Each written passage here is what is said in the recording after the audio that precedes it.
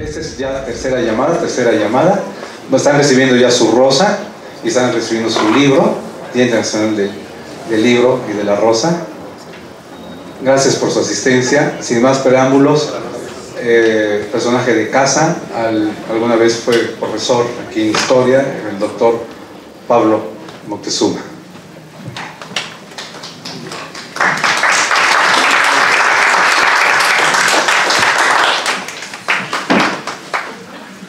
Muy buenas tardes. Agradezco mucho, maestro Gonzalo, la invitación a esta Feria del Libro. Este año se cumplen 50 años del movimiento de 68. Escribí este libro hace 10 años con motivo del 40 aniversario, pero pues lo reimprimí ahora que van a ser 50 años del movimiento de 68. El movimiento de 68 creo que hay que verlo sobre todo a la luz del presente. Creo que la historia tenemos que verla a la luz del presente para analizar las raíces, los orígenes del pasado con el fin de construir un futuro. Para mí, desde mi visión particular, el movimiento de 68 comenzó una batalla que todavía no termina. Creo que el ciclo que comienza en 68 continúa hasta la actualidad. ¿Por qué? Porque en el 68 se rompió una dinámica. México, con todas las reformas cardenistas, dio pasos muy importantes para conquistar la plena soberanía, la independencia, el hecho de que se haya expropiado el petróleo hace 80 años, que se hayan terminado con los latifundios, que haya comenzado la industrialización, la sustitución de importaciones, convirtió a México en un país con grandes posibilidades de desarrollo económico, político, social.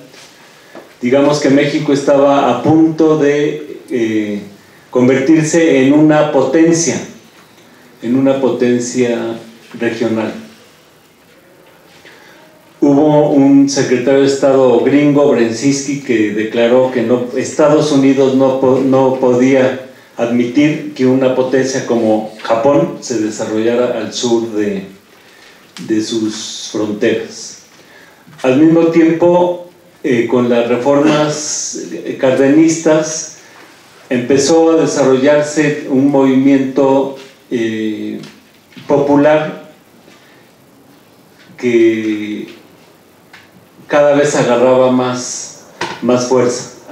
En el 48 hubo un movimiento de petroleros y un movimiento de ferrocarrileros. En el 58 también hubo este movimiento de ferrocarrileros, de maestros, de telegrafistas. En el 65 hubo un movimiento médico. Entonces, en México había pues mucha potencialidad en cuanto a que se empujara al gobierno a adoptar medidas populares y nacionalistas. En este año hubo también, y desde inicios de los 60s, una gran actividad de los jóvenes, de los estudiantes. Hubo movimientos en más de 15 estados. Las normales, que bueno, fueron impulsadas por Lázaro Cárdenas, en los 60s pues dieron grandes luchas en varios estados de la República, y en Tabasco, en Guerrero, en Sinaloa, en Chihuahua, aquí mismo el movimiento de la juventud pues estaba despuntando. De hecho, desde 1957, con el movimiento del Politécnico, pues se abrió toda una etapa de luchas estudiantiles. De modo que en el año 1968, pues México era un verdadero hervidero en términos sociales. En términos económicos, pues era un país que se desarrollaba, pues se puede decir que a pasos agigantados. Desde 1934 venía creciendo al 6% anual. Para darnos una idea de lo que esto significa, bueno, desde que comenzó el neoliberalismo, hace 30 años, pues México ha crecido al 2%, que es lo que crece la población. Entonces se puede decir que estamos estancados. Pero en aquella época el desarrollo de México era muy pujante. De modo que en 1968 México estaba en una situación en la que podía dar un salto adelante hacia su mayor independencia, desarrollo y afirmación como un país que podía incluso convertirse en una potencia. Desde luego que esto no le convenía a los Estados Unidos. Esta situación también era una situación internacional. Hay que recordar que en 1968 pues fue la gran ofensiva en Vietnam, la ofensiva Tet, que llevaría 7 años más tarde a la victoria del pueblo de Vietnam y la derrota del imperio yanqui, que bueno, conmocionó al mundo entero. Los vietnamitas siguieron el paso de México. México en el siglo XIX, siendo un país pobre y atrasado, derrotó a la máxima potencia militar del mundo, que era Francia, y hagan de cuenta, Benito Juárez, a los ojos internacionales, pues fue un Ho Chi Minh, porque al frente del pueblo mexicano logró derrotar a la gran potencia que era Francia. Y no solo eso, la victoria de México sobre Francia metió en crisis al imperio de Napoleón III, que fue derrocado, y de ahí surge pues la lucha de los obreros en Francia, la Comuna de París, todo como consecuencia de la derrota que sufrieron los franceses aquí en México. Bueno, en 1968 estaba el auge de la lucha de Vietnam, que tuvo mucha repercusión en Estados Unidos. Estados Unidos fue un país en el 68 en el cual en sus principales universidades comenzó un movimiento de jóvenes en contra de la guerra. Empezaron a recibirse testimonios de las crueldades, las matanzas, el uso de armas químicas. Hoy Estados Unidos acusa a Siria de estar utilizando armas químicas, pero Estados Unidos durante 11 años utilizó armas químicas en Vietnam, y provocó pues 1.100.000 muertos entre los vietnamitas y 50.000 muertos de soldados gringos. Todo esto pues fue un gran escándalo para los jóvenes de Estados Unidos, que comenzaron a movilizarse y a ser reprimidos por el gobierno de los Estados Unidos. De hecho, para desviar a la juventud de este ímpetu revolucionario, lo que hizo el gobierno fue empezar a meter la droga. Es ahí cuando empiezan a promover el amor, la paz, la droga, el hipismo, para que los jóvenes, pues en lugar de dedicarse a luchar por un mundo mejor, pues mejor se dedicaran a viajar. Y de hecho pues hizo toda una industria de la droga, que a 50 años pues continúa cada vez con más fuerza. En aquella época, por ejemplo, se descubrió que los soldados que morían en Vietnam, para ser entregados a sus familiares, tardaban un día. y ya que un periodista y una familia que se opuso a esto se pusieron a investigar, resulta que, y hay un libro y una película al respecto, que en Vietnam a los soldados de Estados Unidos les quitaban las vísceras y los forraban de heroína, y en Estados Unidos pues había que abrirlos, sacar la heroína y entonces ya se lo entregaban a los familiares. Entonces toda la cuestión de la promoción de la droga comienza en Estados Unidos por el gobierno de Estados Unidos para aplacar esta lucha de las juventudes. Y bueno, el problema sigue. Generalmente se nos achaca a los mexicanos como los capos, ¿no? Y los promotores de la droga, pero hay que ver, en Estados Unidos, en un territorio 5 veces más grande que el de México, pues se vende 20 veces más droga. Allá se lavan 600,000 millones de dólares anuales de droga. En México se lavan como 40,000, allá 600,000. Y bueno, allá se producen las armas que nos mandan. El 70% de las armas que hay en México pues vienen de Estados Unidos, provocando que, bueno, en este trimestre hubo 85 asesinatos diarios en México, y esto con armas de los Estados Unidos. Bueno, entonces esta cuestión de la droga y la guerra contra la droga pues comienza precisamente a raíz del 68. Fue el año también en que fue asesinado Martin Luther King, hace exactamente 50 años, y que fueron reprimidos hubo como 20,000 afroamericanos asesinados en las grandes protestas que hubo por la muerte de Martin Luther King. Fue también un año posterior al asesinato de Ernesto Che Guevara en Bolivia. Ustedes recuerdan que fue asesinado en octubre del 67, de modo que en el 68 pues era muy reciente su muerte, y ese año pues empezó a convertirse en un ícono internacional. Y bueno, esta situación era una situación mundial. Todos recordamos los grandes movimientos en Francia que empezaron en mayo de 68, que incluso llegó una huelga general que fue la más importante en la historia de Francia, pero también hubo movimientos en Italia, en Alemania, en España, en la mismísima España de Franco. Hubo un movimiento que incluso resultó victorioso. Y si nos vamos a Asia, pues estaba la famosa revolución cultural de Mao Zedong, que también movilizó cientos de miles de jóvenes a partir del año de 1966. Hubo un movimiento estudiantil en Japón también. Entonces no solo era México el que era un hervidero, sino el mundo entero. En esas condiciones,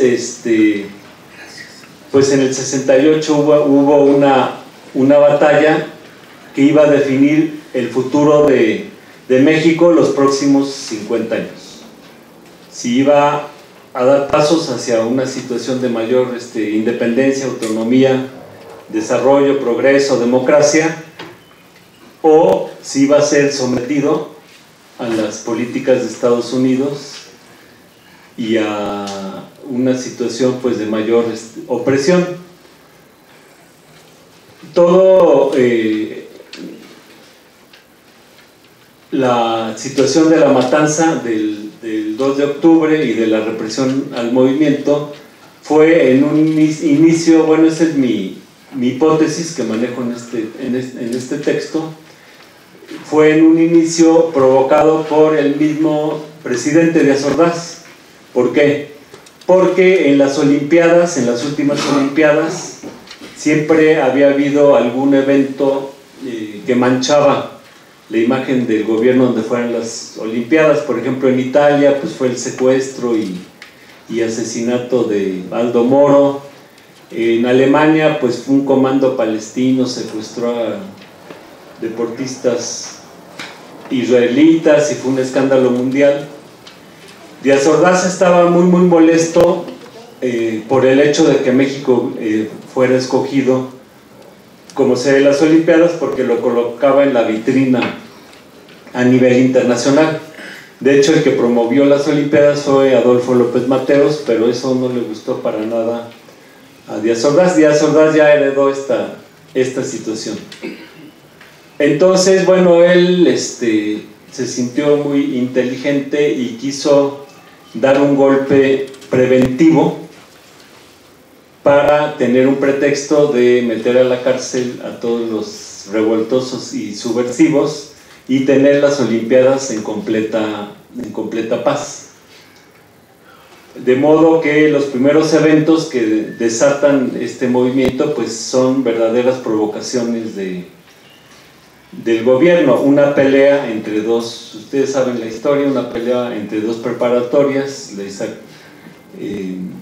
Ochaterena y la Boca 2, pues devienen una represión brutal de los granaderos contra alumnos, maestros, etcétera, etcétera. Y esto pues genera un movimiento que lleva a 2 marchas el día 26 de julio. Aquí hay que recordar que en ese año se estaba jugando la sucesión presidencial y los candidatos eran Alfonso Corona del Rosal, que era el regente de la Ciudad de México, Emilio Martínez Manatú, que era el secretario de la presidencia, y Luis Echeverría Álvarez, secretario de Gobernación. Los que llevaban el mejor lugar en esta competencia eran Emilio Martínez Manatú, que se creía que él iba a ser el sucesor, o en su defecto Corona del Rosal. Echeverría estaba muy rezagado. Entonces, bueno, aquí se juntó el hambre con la necesidad. Díaz Ordaz quería hacer una pequeña provocación que le permitiera encerrar a los revoltosos para tener en paz la Olimpiada, pero Echeverría necesitaba crear un gran problema y una gran represión para rebasar a Corona del Rosal y Emilio Martínez Manatú. De modo que en todo este inicio del movimiento los agentes de gobernación pues le echaban leña al fuego.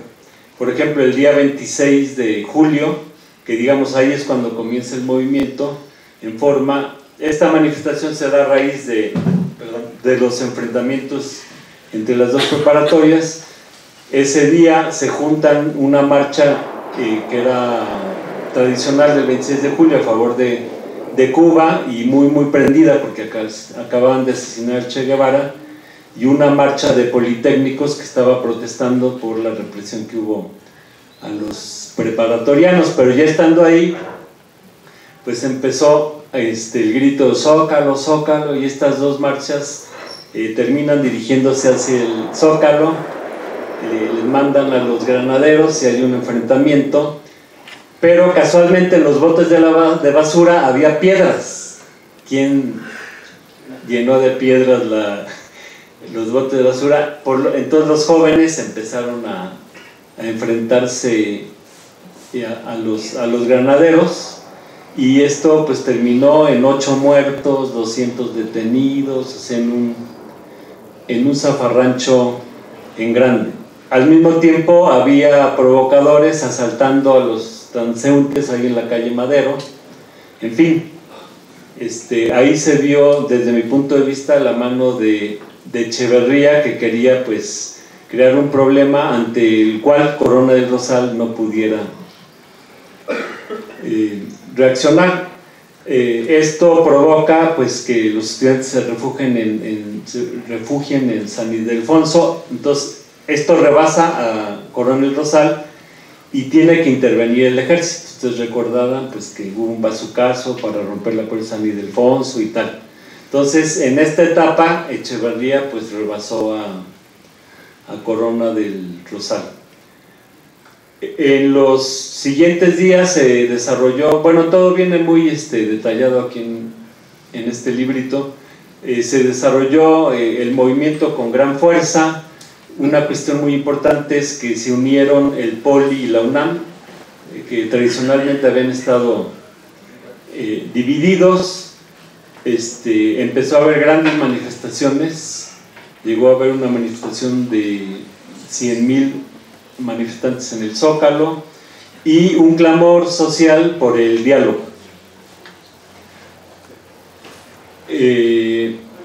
Y Emilio Martínez Manatú, que era el secretario de la presidencia, pues estuvo trabajando mucho para que se diera este diálogo y la solución del conflicto. Pero Luis Echeverría pues trabajó por lo contrario. El 19 de agosto hubo una manifestación en el Zócalo, y ahí, bueno, los estudiantes se organizaron de una forma democrática. Cada escuela que estaba en huelga mandaba tres representantes al Consejo Nacional de Huelga, luego bajó a 2 representantes. Ahí discutían, decidían y desarrollaban las acciones que consideraban pertinentes. En este periodo, bueno, pues el movimiento fue muy fuerte, se repartían 600,000 volantes diarios, había brigadas en toda la ciudad, en fin, el movimiento estaba en auge. Y la demanda de diálogo pues crecía, sobre todo en los sectores de la intelectualidad, ante lo cual el gobierno de Díaz Ordaz y el mismo Echeverría pues tuvieron que ceder y dar el sí a este diálogo. Pero el 18 de agosto, en una manifestación en el Zócalo, hubo un provocador, Sócrates Campos Lemus, que después se comprobó plenamente que era un agente del mismo gobierno. Arrebató el micrófono a los organizadores y llamó a los manifestantes, que eran como 100,000, a quedarse en el Zócalo y a hacer guardias. Y llamó porque ya estaban viendo cómo se iba a dar este diálogo, pues llamó a que se quedaran en el Zócalo hasta el 1 de septiembre, que era el informe de Díaz Ordaz, y que viniera Díaz Ordaz al Zócalo a dialogar con ellos. Obviamente esto era algo absurdo, además de que empezaron los insultos contra Díaz Ordaz, y todo esto pues le dio el pretexto a Díaz Ordaz y Echeverría para romper el diálogo. Además, alguien hizo una bandera rojinegra en el Zócalo. En fin, hubo una serie de provocaciones que le permitieron al gobierno cesar este intento de diálogo y pasar a la represión. Esa misma madrugada comenzó la represión contra los que se quedaron de guardia en el Zócalo. O sea, era absurdo dejar una guardia en el Zócalo y enfrentarla al ejército. Sin embargo, lo hicieron. Y bueno, al día siguiente, Díaz Ordaz y Echeverría movilizaron a la burocracia para una ceremonia de desagravio, porque se había izado la bandera rojinegra y entonces fueron, acarrearon a toda la burocracia para ir a este acto de desagravio. Pero entonces se les volteó. Los trabajadores, los burócratas empezaron a gritar: no somos borregos, y total terminó otra vez entrando el ejército y reprimiéndolos. Y bueno, ya a raíz del 19 de agosto pues comienza una escalada represiva que pasa a la toma violenta de Ciudad Universitaria por el ejército y del Politécnico, y posteriormente pues a la matanza del 2 de octubre. Esta matanza pues está plenamente comprobado pues que fue orquestada por Díaz Ordaz y Echeverría. Incluso en el Archivo General de la Nación hay una ficha donde se puede comprobar que se reunieron ese día a las 12 del día Díaz Ordaz y Echeverría, ya para dar los últimos detalles de la matanza que iban a desatar para reprimir violentamente el movimiento y acabar con este movimiento. después de que se reúnen a las 12, Díaz Ordaz se va a Guadalajara para decir que bueno, él estaba fuera de todo, y Echeverría se va a su oficina, pero invita a tomar un café a David Alfaro Siqueiros, que era un comunista connotado, que además acaba de salir de la cárcel, donde estuvo muchos años, y entonces Echeverría lo invita a tomar un café a él y a su esposa, para que en el momento en que hablaran por teléfono para decirle que había un gran problema en Tlatelolco, pues él fingiera total desconocimiento de lo que estaba pasando, cuando él lo había orquestado junto con Díaz Ordaz.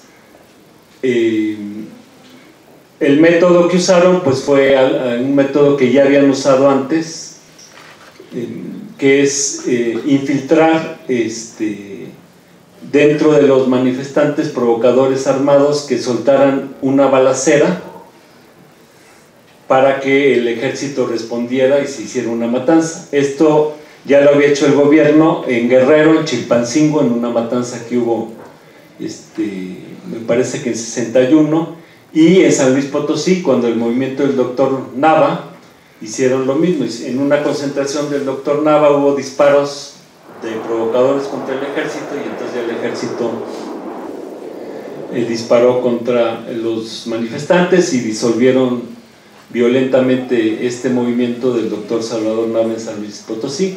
Entonces fue el método que utilizaron a través de el jefe de Estado Mayor de Díaz Ordaz, que era González Oropeza,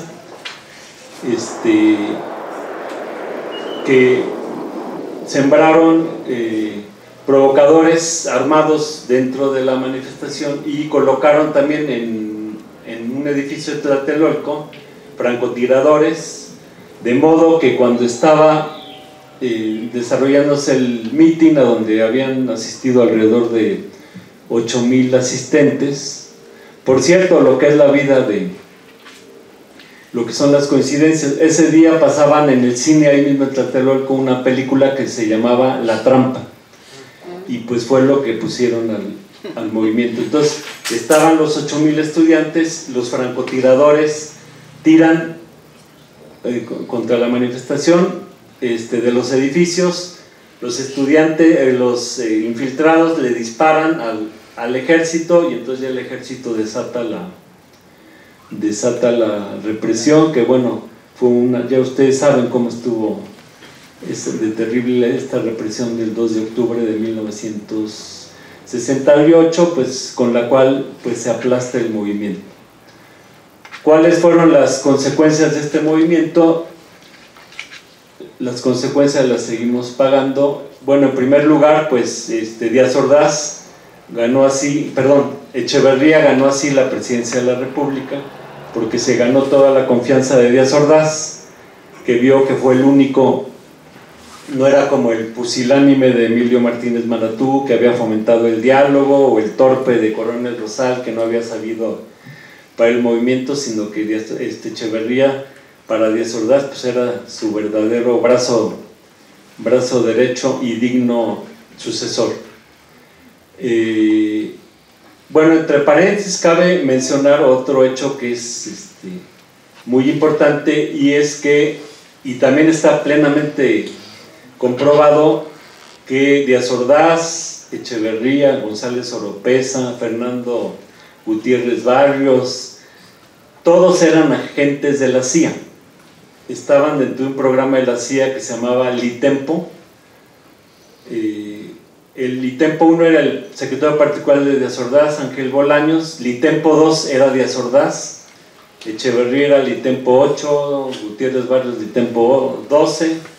Entonces todo este grupo actuaba en coordinación con la CIA, de modo que en este texto manejo la hipótesis de que dentro de esta represión fue en gran medida también orquestada, inducida por la CIA. ¿Para qué? Para someter a México. ¿Cómo hicieron? Bueno, llega Luis Echeverría a la presidencia de la República, endeuda al país. Cuando llega Díaz Ordaz a la presidencia, México debía 1.900 millones de dólares. Ya cuando llega Echeverría debía 3.000 millones de dólares. Para cuando sale Echeverría en 76 ya debía 19.000 millones de dólares. Y cuando sale López Portillo, 85.000 millones de dólares. Entonces nos endeudaron y pues nos pusieron la soga al cuello. El siguiente paso fue en el 76, el mismo Echeverría nos somete al Fondo Monetario Internacional, empieza a firmar cartas de intención con el Fondo Monetario Internacional.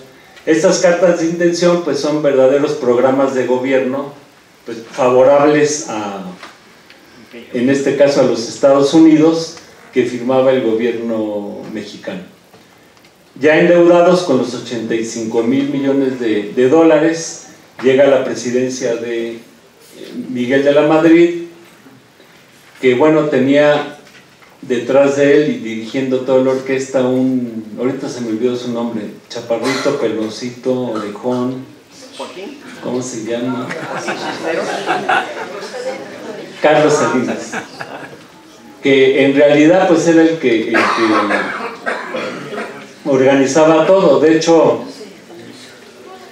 él fue presidente pues 2 veces, una de la Madrid, luego tuvo su periodo, y hasta la fecha vemos a Salinas muy activo. Hay que ver la fiesta que organizó hace unos 10 días de cumpleaños, en donde asistieron el presidente de la República, el presidente de la Suprema Corte, el presidente del Congreso, el presidente del PRD, o sea, una verdadera reunión de Estado.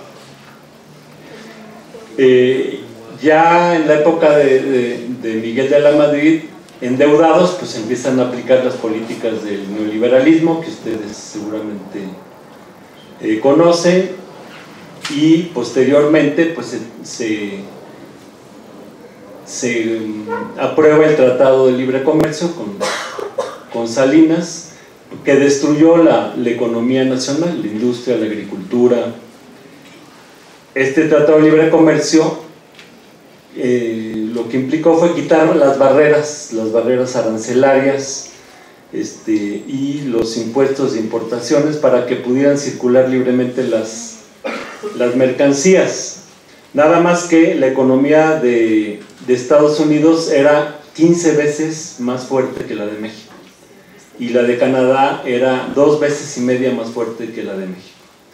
Entonces, como si tienes un gato en una jaula y le quitas las barreras para que compita con un tigre, obviamente ya sabemos quién se come a quién. Y bueno, es lo que pasó con la economía mexicana.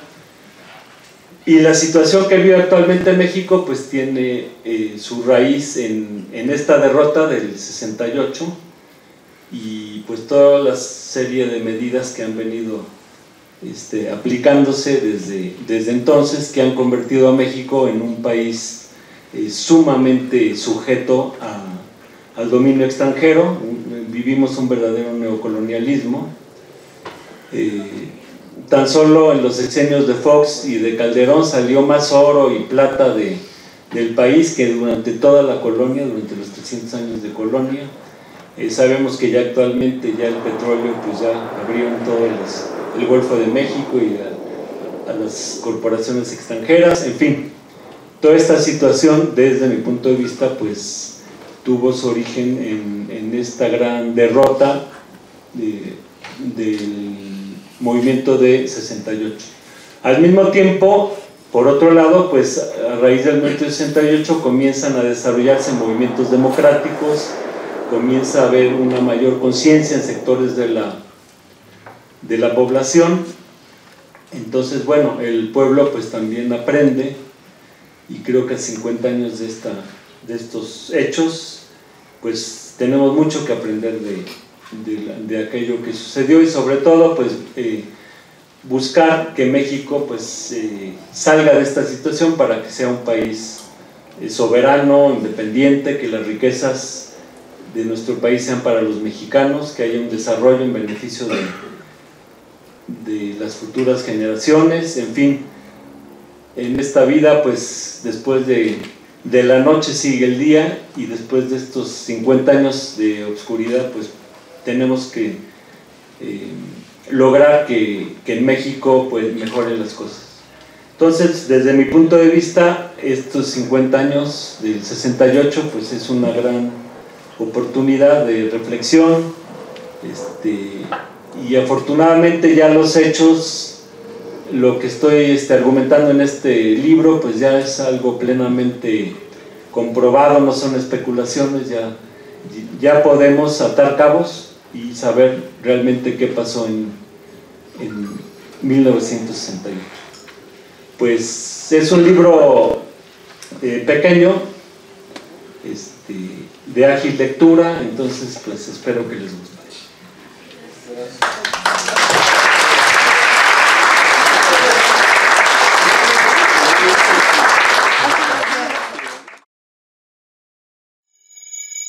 Gracias.